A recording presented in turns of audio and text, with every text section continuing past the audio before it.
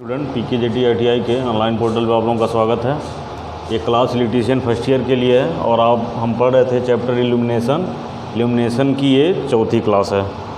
तो अगला टॉपिक जो हमारा है वो है इल्यूमिनेशन फैक्टर के बारे में।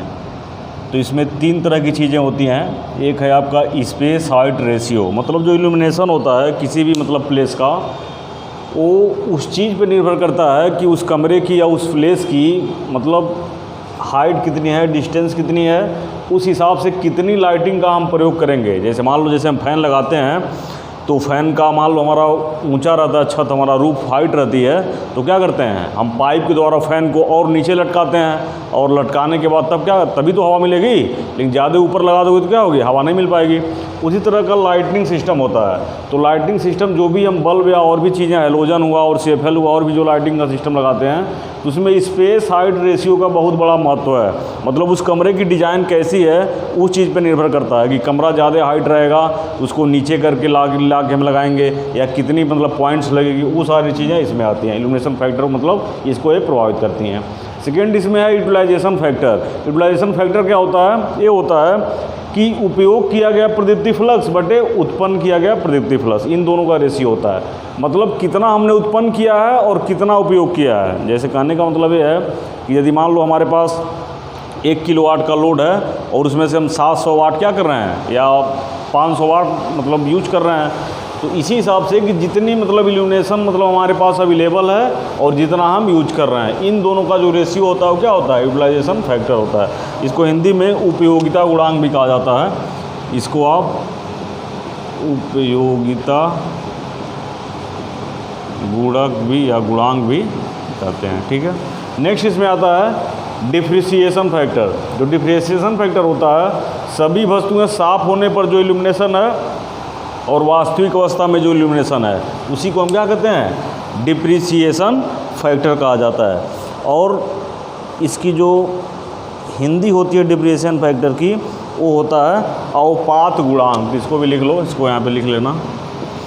ये होता है आपका अवपात गुणांक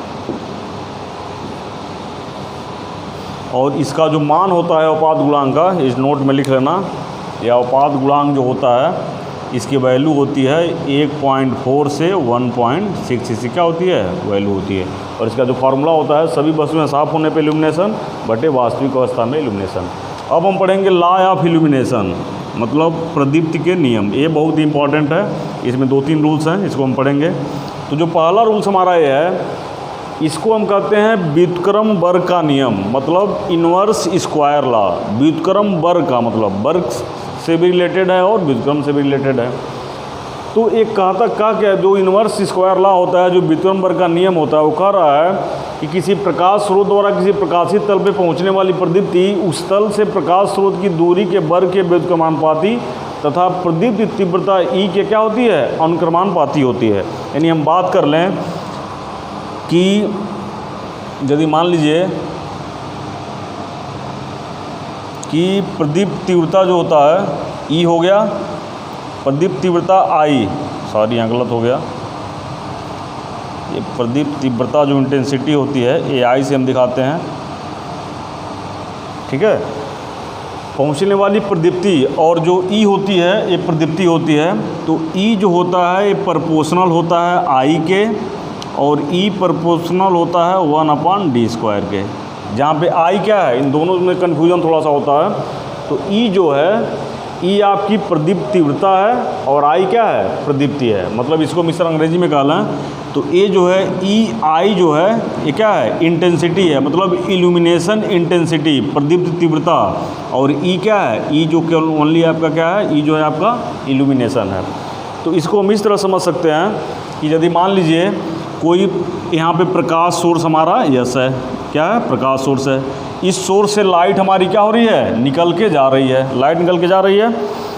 तो यहाँ पे हम 3 पैरेलल जो हो रहे हैं, 3 पैरेलल, एक A1 हमने ले लिया, इसमें A2 ले लिया और A3 ले लिया। A1 A2 A3 एरिया हम ले लिया तो सीधी सी बात है, जैसे मान लो हम टार्च मारते हैं तो नज़दीक जो होगा उसके एज ए टार्च ही समझ सकते हो, तो जो सबसे नज़दीक में होगा वहाँ पे प्रकाश अधिक होगी। लेकिन जैसे जैसे दूरी बढ़ती जाएगी इस प्रकाश की इंटेंसिटी जो होगी क्या होती जाएगी, कम होती जाएगी। तो यहाँ से जब प्रकाश की रेज मतलब निकलेंगी तो ये पहला हमने ले लिया एक क्षेत्रफल छोटा सा, इसका क्रॉस सेक्शन ले लिया, A1 हो गया, A2 हो गया, A3 हो गया, तीनों एक दूसरे के क्या हैं, पैरेलल हैं। और A वाला यहाँ से D दूरी पे है, A वाला A2 2D दूरी पे है और A3 क्या है 3D दूरी पे है। इसका मतलब इन दोनों का जो रेशियो, तीनों की डिस्टेंस का जो रेशियो हो गया ये क्या हो गया 1:2:3 के अनुपात में हो गए। ठीक है, चलिए अब इसको कुल मिलाकर हमें डिराइव कर ले रहे हैं कि मतलब एक कैसे होता है, इसको डिराइव भी किया जा रहा है। तो एक बार और देख लीजिए, ये प्रकाश सोर्स है, प्रकाश सोर्स से रेज क्या हो रही है, निकल रही है। तीन हमने समान क्षेत्रफल ले लिया, एक D दूरी पे है, एक 2D दूरी पे है और एक 3D दूरी पे है। ठीक, और इनका जो कोण है, जो सॉलिड एंगल है वो सबका क्या है, ओमेगा है। जो ठोस कोण है इनका क्या है, ओमेगा है। ओमेगा आपका लाइट सोर्स है, ओमेगा क्या है, सॉलिड एंगल है।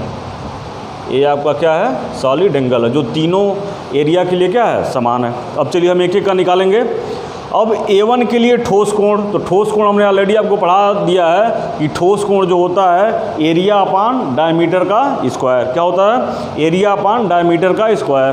तो डायमीटर की बात यहाँ जो हो रही है डिस्टेंस से ही है, तो हम A1 के इसके लिए निकाल रहे हैं, बाकी का हम उसी के रिस्पेक्ट में निकाल लेंगे। तो A1 के लिए देखिए, A1 के लिए जो ठोस कोण होगा, एरिया क्या है, एरिया इसका A1 हमने एज्यूम किया हुआ है और दूरी क्या है D है, तो जिस तरह उसमें रेडियस हमने लिया हुआ था तो यहाँ पे दूरी ले लेंगे, तो A1/D²। ये चीज़ क्लियर हो गई, मतलब जो ठोस कोण होगा वो A1/D² हो जाएगा। अब A1 पे जो पहुंचने वाली प्रदीप्त फ्लक्स होगी, इस लाइट के द्वारा जो भी फ्लक्स पहुंचेगा वो कितना होगा, तो O बराबर होता है प्रदीप्त तीव्रता गुणे ठोस कोण। ठोस कोण हमने अभी निकाला हुआ है और प्रदीप्त तीव्रता इसकी हमने क्या मान ली है, प्रदीप्त तीव्रता जो हमने मानी है वो इंटेंसिटी हो I मानी हुई है, तो ये हो जाएगा I गुणे ओमेगा। अब I तो I है और ओमेगा का मान हम यहाँ से उठा के रख देंगे, तो ओमेगा बराबर हो जाएगा A1/D²। तो I × A1/D², जहाँ पे A1 इसका क्या है, एरिया है। क्लियर हो गया। चलिए, तो सबसे पहले हमने ठोस कोण निकाला, इसके बाद प्रदीप्त फ्लक्स निकाला। हमको चाहिए का, हमें तो ही निकालना है ना, इल्यूमिनेशन निकालना है। तो इल्यूमिनेशन बराबर होता है प्रदीप्त फ्लक्स बटे क्षेत्रफल। तो प्रदीप्त फ्लक्स अभी हमने निकाला है, कितना है, I × A1/D²। तो प्रदीप्त फ्लक्स का मान हमने रख दिया I × A1/D²। ठीक है, और क्षेत्रफल क्या है, क्षेत्रफल तो यही है A1, तो A1 से 1 कट गया, बचा क्या, I/D²। तो इस तरह हमको मिल गया E1 के लिए क्या मिला, I/D²। मतलब यदि I इंटेंसिटी है तो इल्यूमिनेशन क्या हो गया, यदि E1 यहाँ पे इल्यूमिनेशन है तो उस कंडीशन में I/D² हो गया। सेम इसी तरह से हम दूसरे के लिए निकालेंगे तो कुछ भी नहीं बदलेगा, I तो वही रहेगा, इंटेंसिटी तो वही है, प्रकाश की जो इंटेंसिटी है वही है, केवल दूरी क्या हो जा रही है, बदल जा रही है। तो E2 के लिए हो जाएगा I/2D का होल स्क्वायर। क्यों, क्योंकि ये 2D दूरी पे है। E3 के लिए 3D हो जाएगा क्योंकि ये 3D दूरी पे है। तो इस हिसाब से हम देखेंगे तो E1 E2 और E3 में एक रेशियो आपको मिल जाएगा। यहाँ से यदि इस तरह हम फाइंड करें E1 ratio E2 ratio E3 का यदि हम अनुपात निकालें तो यहाँ पे क्या हो जाएगा, I/D², ये होगा I/D² रेशियो I/2D का होल स्क्वायर रेशियो I/3D का होल स्क्वायर। ठीक है, ये होगा, ये तो दूरी के हिसाब से हो रहा है। तो यहाँ पे 2 3 4 9 तो कांस्टेंट है, इससे मतलब ही नहीं है। तो इनको हम एक फार्मूले के वे में देखें तो डायरेक्ट हम देख रहे हैं कि E जो है, यहीं से हम देख सकते हैं E क्या है, ए वाले इस वाले मतलब एरिया के लिए E ऊपर वाले मतलब इंटेंसिटी के क्या है, प्रोपोर्शनल है, और जो दूरी है वो दूरी के क्या है, ये व्युत्क्रमानुपाती है। तो इसी रूल्स को हम क्या कहते हैं, इनवर्स स्क्वायर लॉ, व्युत्क्रम वर्ग का नियम। तो व्युत्क्रम वर्ग का नियम कहता है किसी प्रकाश स्रोत मतलब जो किसी प्रकाशी स्रोत द्वारा किसी प्रकाशित तल पर पहुंचने वाली जो प्रदीप्ति होती है उसकी ज्योति तीव्रता या प्रदीप्त तीव्रता या ज्योति तीव्रता भी कहा जाता है। तो प्रदीप्त तीव्रता के प्रोपोर्शनल यानी अनुक्रमानुपाती होती है और उसकी दूरी के क्या होती है, व्युत्क्रमानुपाती होती है। मतलब ये हुआ कि इंटेंसिटी जैसे जैसे बढ़ेगी प्रदीप्ति क्या होगी, बढ़ती जाएगी, लेकिन दूरी जैसे जैसे बढ़ेगी तो दूरी के स्क्वायर के क्या होती है, मतलब यदि 2 है, यदि ये दुगुना हम कर रहे हैं दूरी तो ये इसका 1/4 गुना हो जाएगी। मतलब इसका कहने का मतलब ये है कि यदि प्रकाश की इंटेंसिटी बढ़ रही है तो इंटेंसिटी में बढ़ने पे जो इसका इल्यूमिनेशन होगा वो क्या होगा, वो तो बढ़ेगा, लेकिन जैसे जैसे प्रकाश सोर्स से दूरी हम बढ़ाते जाएंगे तो दूरी बढ़ाने पे बहुत तेज़ी से क्या होगा, इसका जो ज्योति जो ये होता है क्या प्रदीप्त होती है वो क्या हो जाएगी, कम हो जाएगी। ठीक है।